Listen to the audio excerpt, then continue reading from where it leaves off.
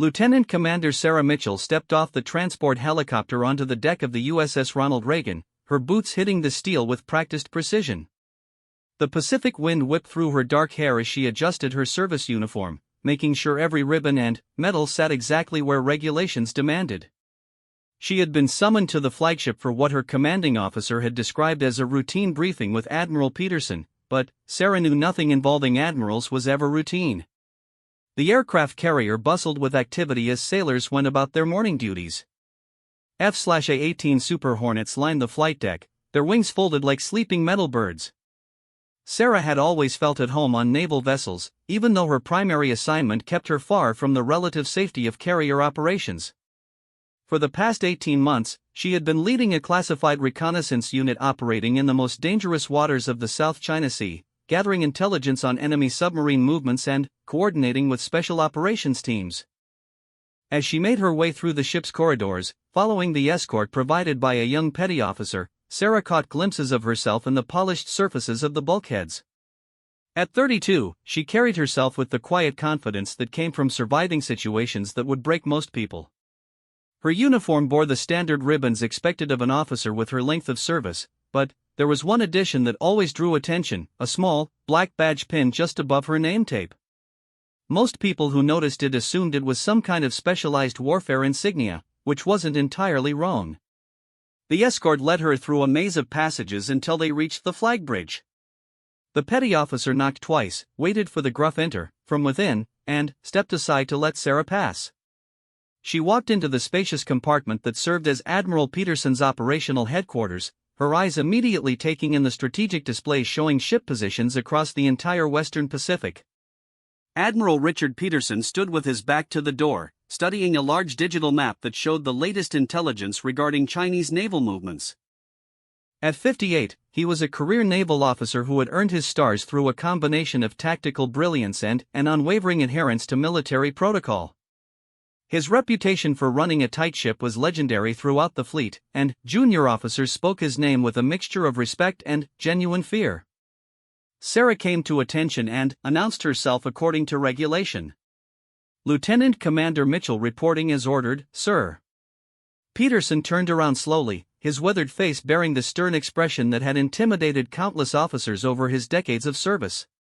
His eyes swept over Sarah's uniform with the practiced efficiency of someone who could spot the smallest uniform violation from across a crowded room.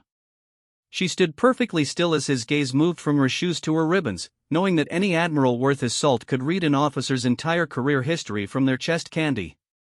Then, his eyes stopped.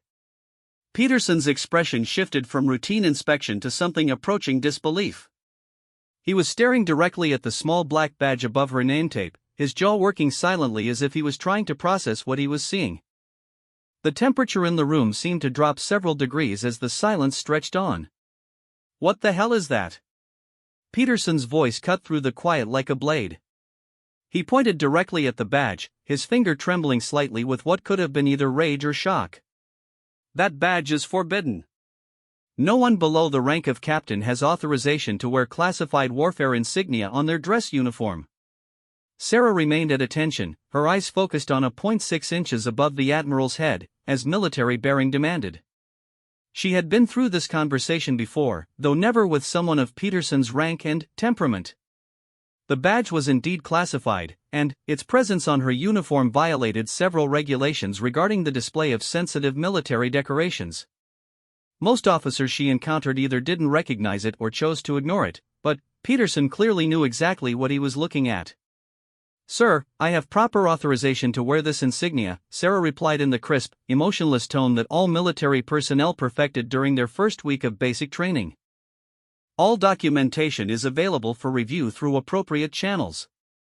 Peterson's face flushed red as he stepped closer, his voice rising to just below a shout. "Appropriate channels? Lieutenant Commander, I am the appropriate channel. I want to see your authorization right now. And I want an explanation for how a mid-grade officer thinks she can waltz onto my flagship wearing gear that's reserved for our most elite operators." The Admiral's aide, a nervous-looking commander who had been quietly working at a nearby desk, looked up from his paperwork with obvious concern. Confrontations of this magnitude were rare in flag country, and he wasn't sure whether he should intervene or simply document what appeared to be a career-ending moment for the young lieutenant commander. Sarah reached into her uniform jacket and withdrew a sealed envelope that she always carried during official meetings. The envelope bore multiple security classifications and the distinctive red stripe that indicated its contents were compartmentalized at the highest levels. She handed it to Peterson with steady hands, knowing that the next few minutes would either vindicate her or result in her immediate removal from active duty. Peterson snatched the envelope and tore it open with more force than necessary, his eyes scanning the contents with growing intensity. The first document was a standard authorization form, signed by officials whose names carried significant weight in Navy Special Operations circles. The second document contained a detailed summary of Sarah's operational history, including information that was normally shared only among the most senior intelligence officials. As Peterson read, his expression began to change. The initial anger gave way to confusion, then to something approaching awe. His hands, which had been steady throughout his entire naval career, began to tremble slightly as he read through the list of operations Sarah had participated in over the past 5 years. The document contained details that even he, with his extensive security clearance, had only heard whispered about in the most secure briefing rooms. The third document was what stopped him cold. It was a single page with a simple header, Confirmed Eliminations, Classification, Top Secret/SCI. Below that header was a list of dates, locations, and brief descriptions of targets that Sarah had personally neutralized during her classified missions. The numbers at the bottom of the page represented a kill count that rivaled some of the most legendary snipers in military history. Peterson looked up from the documents, his face now pale rather than red. When he spoke, his voice had lost all of its previous bluster and carried a tone of respect that he typically reserved for fellow flag officers. Jesus Christ, Mitchell. How old are you? 32, sir, Sarah replied, still maintaining her rigid posture.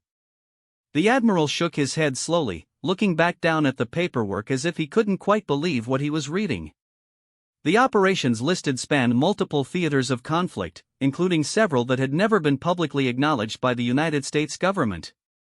Each entry represented hours of preparation, precise execution, and the kind of split-second decision-making that separated elite operators from regular military personnel. These numbers, Peterson said, tapping the bottom of the last page. This can't be accurate. No one accumulates this kind of record in 5 years. Not unless they're practically living in hostile territory. Sarah's expression didn't change, but something in her eyes suggested that Peterson's assessment wasn't far from the truth. The past 5 years of her life had been spent in places that didn't officially exist, doing things that would never appear in any public record of American military operations. The small black badge on her uniform represented access to a world that existed in the shadows between official policy and operational necessity. The Admiral's aide had stopped pretending to work and was now watching the exchange with undisguised fascination. In his 15 years of naval service, he had never seen Admiral Peterson rendered speechless by anything, let alone a single folder of paperwork. The transformation was so complete that it was almost unsettling to witness. Peterson walked over to his desk and sank into his chair, still holding the documents. He gestured for Sarah to take a seat in one of the leather chairs positioned in front of his desk, a courtesy he rarely extended to officers below the rank of commander. As she sat down, the formal atmosphere of the meeting shifted into something more resembling a conversation between professionals rather than a dressing down between superior and subordinate. Mitchell, Peterson said, his voice now carrying a tone of genuine curiosity rather than anger, I need to understand something. According to this paperwork, you've been operating under a level of classification that I didn't even know existed. How does someone with your background end up in that kind of program?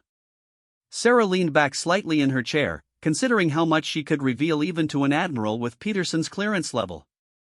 The question he had asked was one that she had been answering in various forms for years, though usually to people who already knew most of the story. Peterson's reaction told her that despite his high rank, he had been operating outside the circles where her kind of work was discussed. Sir, it started during my second deployment, Sarah began, her voice taking on the measured tone of someone accustomed to briefing senior officials. I was serving as a communications officer aboard the USS Hampton, a Los Angeles-class submarine. We were conducting routine intelligence gathering operations in the Western Pacific when we intercepted communications that indicated an imminent terrorist attack on American civilians in the Philippines. Peterson nodded, recognizing the type of mission she was describing. Submarine-based intelligence operations were a cornerstone of Navy strategy, though the details were rarely shared outside of need-to-know circles. He gestured for her to continue, his earlier anger completely replaced by professional interest. The attack was scheduled to occur within 12 hours, and our nearest surface assets were more than 18 hours away, Sarah continued. Traditional extraction and assault teams couldn't reach the target in time, and the local Philippine military didn't have the capabilities to handle the situation. The decision was made to send a small team ashore to neutralize the threat before it could be executed. The Admiral's aide looked up from his desk again, clearly intrigued despite his efforts to maintain professional distance. Stories of submarine crews conducting land-based operations were rare, and usually classified at levels that prevented most naval personnel from ever hearing the details. I volunteered for the shore team because of my communications background and my proficiency with small arms, Sarah said, her tone remaining matter-of-fact despite describing what was clearly a pivotal moment in her career. The mission was successful, but during the extraction, we encountered additional hostile forces that hadn't been identified during our initial reconnaissance. Peterson leaned forward in his chair, his professional interest clearly piqued. How many hostiles? 14 confirmed, Sarah replied without hesitation. The engagement lasted approximately 45 minutes, and, by the time it was over, all hostile forces had been neutralized. 7 by the rest of the team, and 7 by me personally. The number hung in the air between them for a moment. 7 confirmed kills during a single engagement was exceptional for any military personnel, but, for a communications officer on her first combat mission, it was virtually unprecedented. Peterson found himself reassessing everything he thought he knew about the young woman sitting across from his desk. After that mission, I was approached by people I had never heard of, representing programs I didn't know existed, Sarah continued. They offered me specialized training and the opportunity to participate in operations that would never appear in any official record. The work would be dangerous, often solitary, and would require me to spend extended periods in hostile territory with minimal support. Peterson knew enough about Navy special operations to understand what she was describing. The military maintains several programs that operated in the gray areas between official policy and operational necessity. These programs attracted a very specific type of personnel, individuals who could function independently under extreme stress while maintaining absolute operational security. What kind of training are we talking about? Peterson asked, though he suspected he already knew the answer. Advanced marksmanship, close-quarters combat, demolitions, languages, infiltration techniques, survival training, and psychological conditioning, Sarah rattled off the list as if she were reading from a manual. The training lasted 14 months and took place at facilities that don't appear on any official Navy roster. By the time it was complete, I had been officially transferred to a unit that exists only on paper. The Admiral shook his head in amazement. He had heard rumors of such programs throughout his career, but had never encountered anyone who had actually participated in them. The level of compartmentalization required to maintain operational security was staggering, and it explained why Sarah's records had been largely invisible to normal Navy channels. So the badge, Peterson said, pointing to the small black insignia on Sarah's uniform, that's not a standard Navy decoration. No sir, Sarah confirmed. It's awarded to personnel who complete the advanced training program and successfully execute a minimum number of classified operations. The specific criteria are compartmentalized, but the badge serves as recognition among those who understand its significance. Peterson picked up the documents again, focusing on the list of operations that Sarah had participated in over the past 5 years.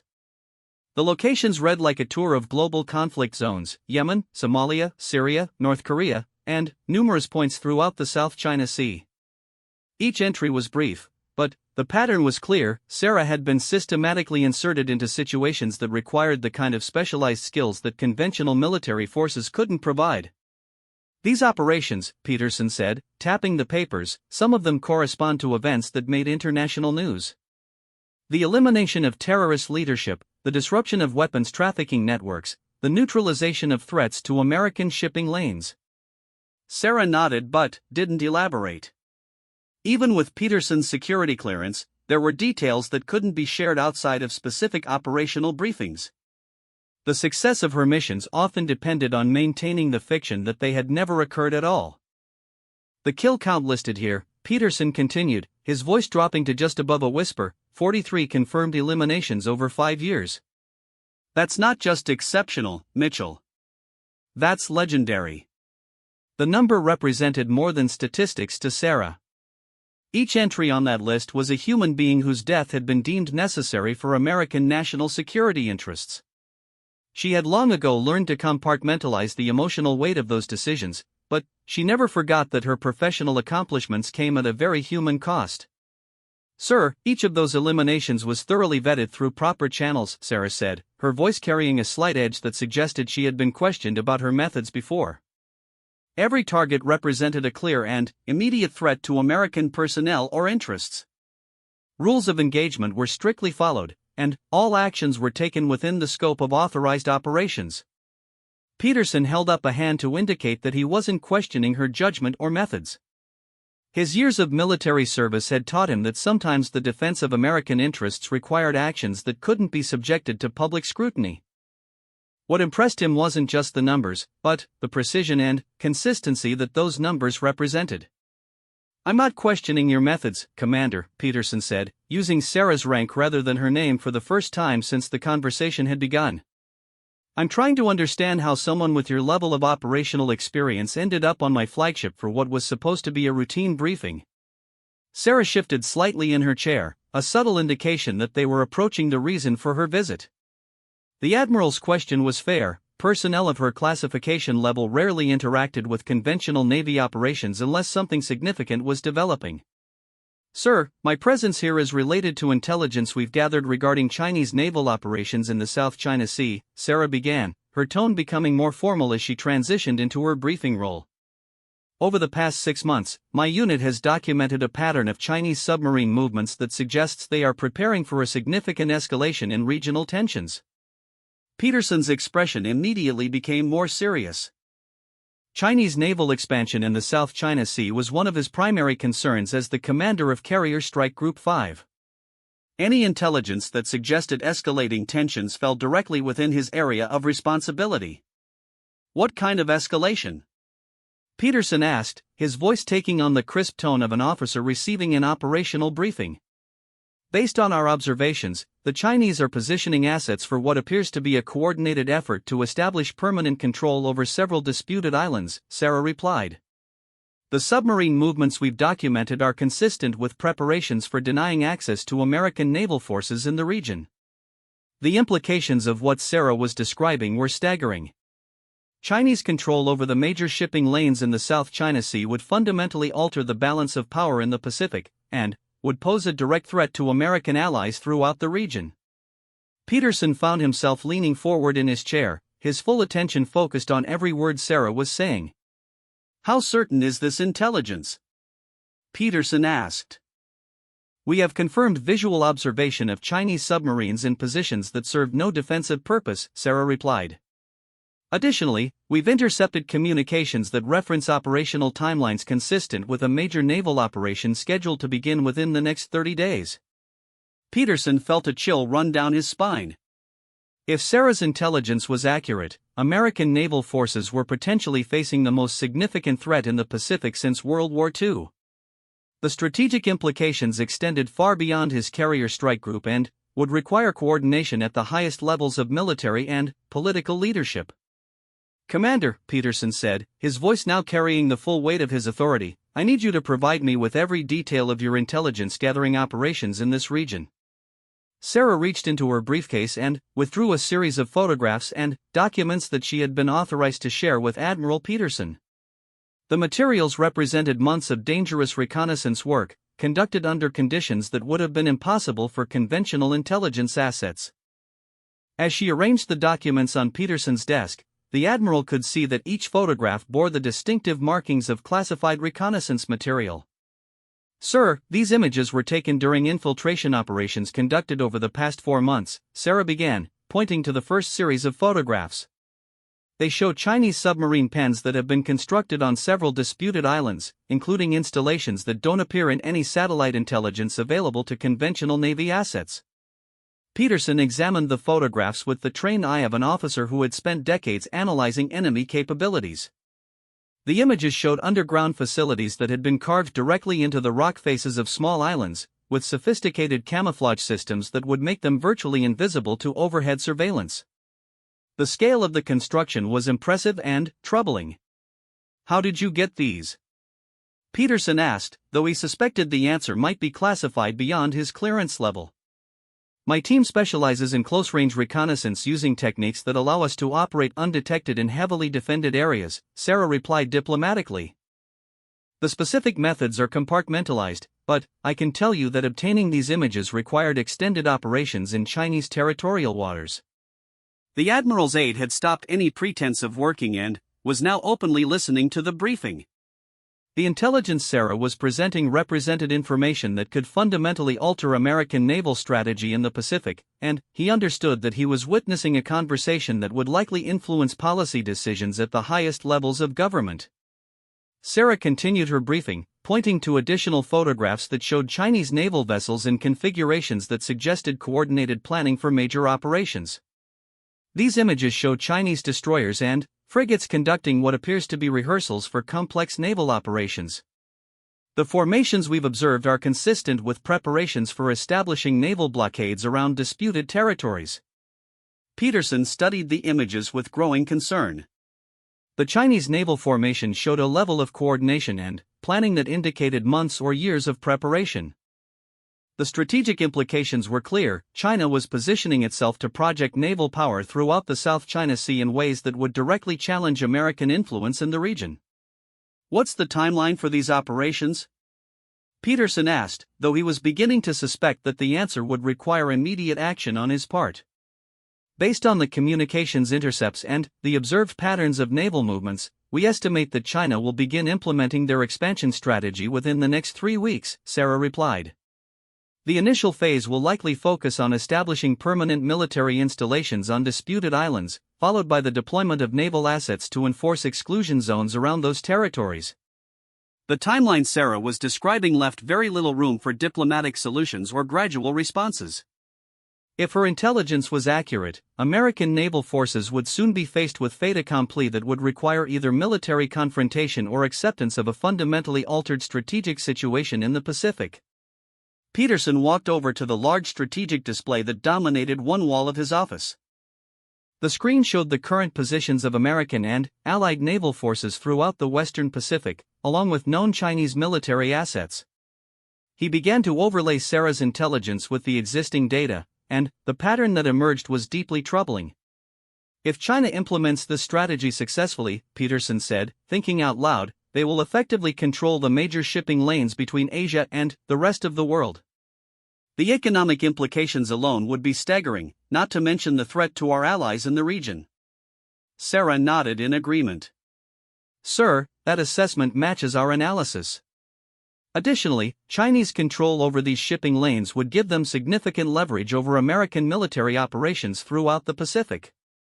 Our ability to project naval power in the region would be severely compromised." The Admiral returned to his desk and picked up the classified documents that detailed Sarah's operational history.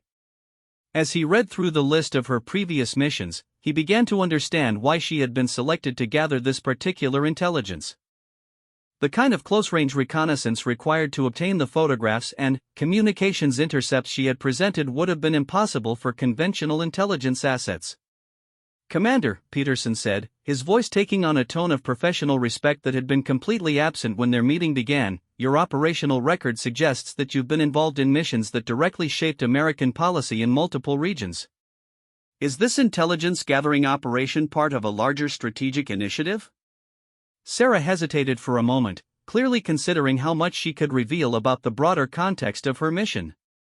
"Sir, I can tell you that multiple intelligence assets have been tasked with gathering information about Chinese military expansion in the Pacific. My team's role has been to obtain intelligence that couldn't be gathered through conventional means." Peterson understood the implication. Sarah's mission was part of a coordinated intelligence effort that extended far beyond Navy operations. The level of detail in her reports and the classification of her methods suggested that her work was being reviewed at the highest levels of the intelligence community and military leadership. The Admiral's aide approached the desk with a secure communication device, indicating that Peterson had received a priority message from Pacific Fleet Command. As Peterson read the message, his expression became increasingly grave. When he finished reading, he looked up at Sarah with an expression that combined respect with genuine concern. "Commander," Peterson said, his voice now carrying the full authority of his position, "I've just received orders from Pacific Fleet Command directing me to provide you with any support necessary for the continuation of your intelligence-gathering operations. It appears that your assessment of Chinese intentions has been corroborated by other intelligence sources." Sarah wasn't surprised by the confirmation. Her team's intelligence was usually verified through multiple channels before being used to guide policy decisions. The fact that Pacific Fleet Command was now directly involved suggested that American military leadership was taking the Chinese threat very seriously. "Sir, my orders include provisions for expanded operations that may require the support of conventional naval assets," Sarah said, producing another set of classified documents from her briefcase. "I'm authorized to request specific types of support from Carrier Strike Group 5, subject to your operational requirements." Peterson examined the new documents with interest. The requests were highly specific and indicated that Sarah's future operations would be significantly more complex than her previous solo missions. The level of support she was requesting suggested that American intelligence leadership was planning operations that would directly challenge Chinese expansion efforts. "These support requirements," Peterson said, reviewing the technical specifications in Sarah's request, "they're consistent with operations designed to provide real-time intelligence during developing crisis situations." "Are you anticipating direct military confrontation with Chinese forces?" Sarah's expression remained professional, but Peterson could see a slight tension in her posture that suggested she was operating under significant pressure. "Sir, my orders include contingencies for a wide range of scenarios, including those involving direct engagement with hostile forces. The specific operational parameters will depend on how events develop over the next several weeks." The Admiral understood the implication. Sarah was being positioned to provide intelligence support during what could potentially become the most significant naval confrontation in the Pacific since World War II. The support she was requesting would enable her to continue gathering critical intelligence even if the situation escalated into active combat operations. Peterson walked back to the strategic display and began entering commands that would bring up detailed information about his Carrier Strike Group's current capabilities. As he reviewed the data, he was mentally calculating how to provide Sarah with the support she needed while maintaining his force's readiness for potential combat operations. "Commander," Peterson said, turning back to face Sarah, "I want you to understand something. When I first saw that badge on your uniform, I thought I was dealing with an officer who was violating regulations for personal recognition. Now I understand that you're wearing the insignia of someone who has been operating in situations that most military personnel can't even imagine." Sarah appreciated the Admiral's acknowledgement, though she had learned long ago not to expect recognition for her work. The nature of her missions required that they remain invisible to both the public and most military personnel. Recognition, when it came, usually took the form of new and more dangerous assignments. "Sir, I appreciate your understanding," Sarah replied. "The work that my unit does is only possible because of the support provided by officers like you. Without the backing of conventional naval forces, operations like mine couldn't be sustained." Peterson nodded, understanding that Sarah's compliment also contained a request. The intelligence she had presented required action at multiple levels, and her continued effectiveness would depend on the willingness of conventional military commanders to provide support for operations they might never fully understand. "What do you need from me, Commander?" Peterson asked directly. Sarah opened her briefcase one final time and withdrew a sealed operational order that bore the highest classification markings Peterson had ever seen. The document was covered in red striping and multiple security warnings, indicating that its contents were compartmentalized at levels that required special authorization even to view. As she handed the document to Peterson, her expression conveyed the gravity of what she was about to request. "Sir, these are my operational orders for the next phase of intelligence gathering in the South China Sea," Sarah said, her voice taking on the formal tone reserved for the most serious military communications. "The mission will require assets and capabilities that only a carrier strike group can provide." Peterson broke the seals on the document and began reading, his expression becoming increasingly serious as he absorbed the details of what Sarah was being asked to accomplish. The mission outlined in the orders was ambitious to the point of being nearly impossible, requiring a level of coordination between special operations personnel and conventional naval forces that had rarely been attempted in peacetime. "Jesus Christ, Mitchell," Peterson said, looking up from the document. "You're being tasked with infiltrating the primary Chinese naval command facility in the disputed territories. The intelligence requirements listed here would give us complete visibility into Chinese naval operations throughout the Pacific." Sarah nodded soberly. "Sir, the facility contains the communication systems and command infrastructure that China is using to coordinate their expansion strategy. Intelligence gathered from that facility would provide American leadership with the information necessary to counter Chinese operations before they can be fully implemented." The mission Sarah was describing was extraordinarily dangerous. The Chinese naval facility was located on a heavily defended island that was surrounded by patrol boats and monitored by sophisticated radar systems. Getting close enough to the facility to gather the required intelligence would require avoiding detection by some of the most advanced military technology in the world. Peterson continued reading through the operational requirements, noting the specific types of support that Sarah would need from his carrier strike group. The list was extensive and would require significant coordination among multiple departments within his command. More importantly, providing the requested support would position his forces in ways that could be interpreted as provocative by Chinese military leadership. "The support you're requesting," Peterson said, pointing to specific items in the operational order, would require positioning submarines and surface vessels within 50 miles of disputed Chinese territories. If we're detected providing this level of support, it could be interpreted as an act of war. Sarah had clearly anticipated this concern. "Sir, the operational plan includes extensive deception measures designed to maintain plausible deniability for conventional naval forces. Chinese detection of support assets should appear consistent with routine freedom of navigation exercises rather than coordinated intelligence operations." Peterson appreciated the careful planning that had gone into Sarah's mission, but he also understood the risks involved for his personnel and his command.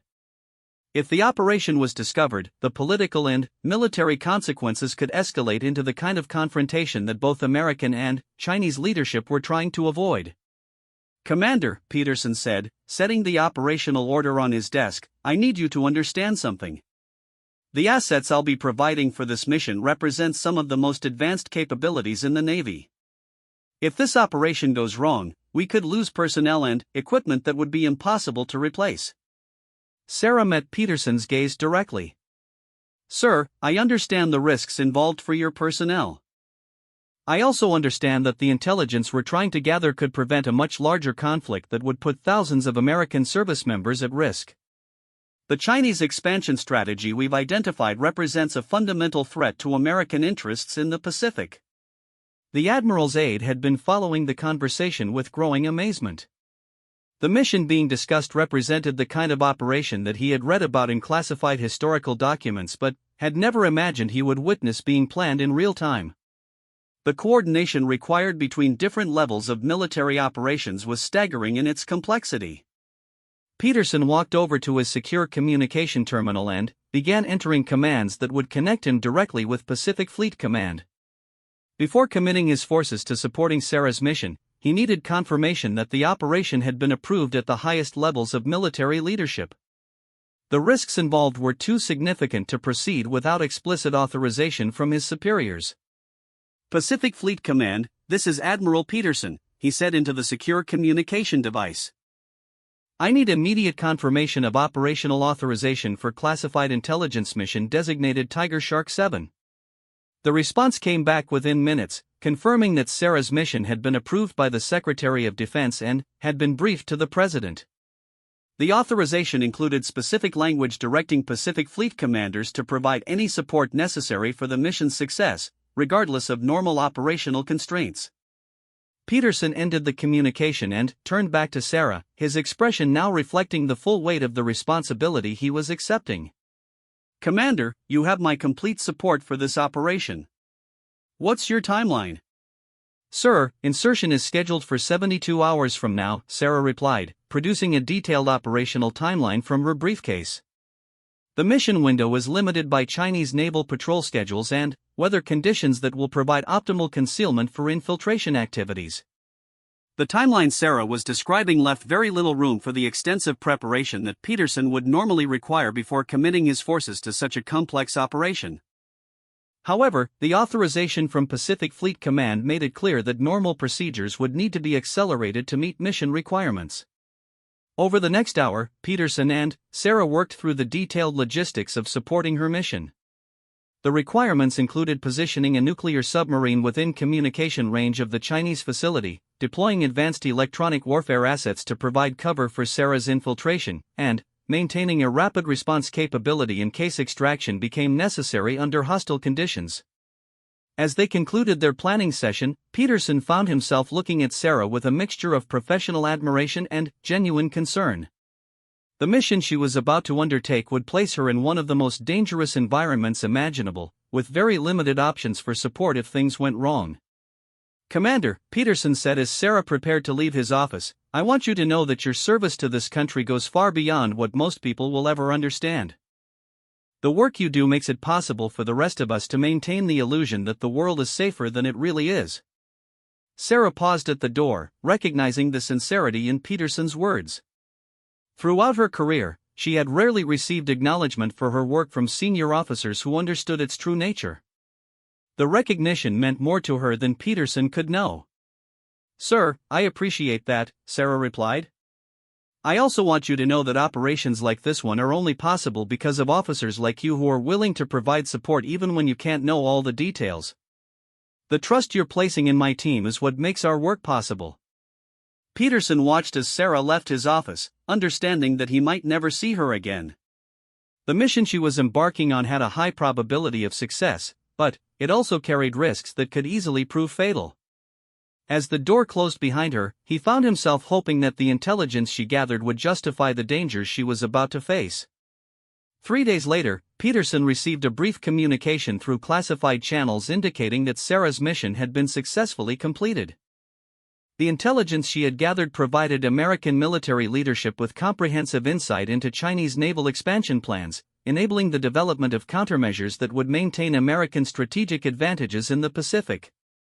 The communication included a single line that brought a smile to Peterson's face: target facility penetrated, intelligence objectives achieved, all personnel extracted safely. The understated language concealed what had undoubtedly been an operation of extraordinary complexity and danger, executed with the kind of precision that had earned Sarah her reputation. Months later, when Chinese expansion efforts in the South China Sea mysteriously stalled due to what appeared to be technical and logistical problems, Peterson understood that Sarah's mission had achieved objectives that extended far beyond intelligence gathering. The work she and her team had done in the shadows had prevented a confrontation that could have drawn the world into conflict. Admiral Peterson never saw Sarah Mitchell again, but he never forgot the conversation that had begun with his outrage over a forbidden badge and ended with his deep respect for the woman who wore it. In the years that followed, whenever he encountered officers wearing unusual insignia, he made sure to understand what they represented before making any assumptions about their significance. The small black badge that had triggered Peterson's initial anger became a reminder to him that the most important work in military service often occurred in places where recognition was impossible and acknowledgement was dangerous. The men and women who wore such insignia carried responsibilities that most people could never imagine, and their service deserved respect rather than suspicion. Sarah Mitchell continued her work in the shadows, gathering intelligence and conducting operations that shaped global events in ways that would never be publicly acknowledged. Her service record remained classified at levels that ensured her contributions to national security would never be fully known, but her work continued to protect American interests around the world. The badge she wore represented more than personal achievement or professional recognition. It symbolized a commitment to serve in circumstances where failure meant not just personal death, but potential catastrophe for thousands of others. It represented the willingness to operate in moral gray areas where the stakes were too high for conventional solutions and where success required capabilities that few people possessed. Admiral Peterson's transformation from anger to respect reflected a broader truth about military service in the modern world. The most critical operations often required personnel who could function outside normal military structures, following orders that couldn't be questioned and accepting risks that couldn't be fully calculated. These individuals deserved recognition, even if that recognition had to remain hidden from public view.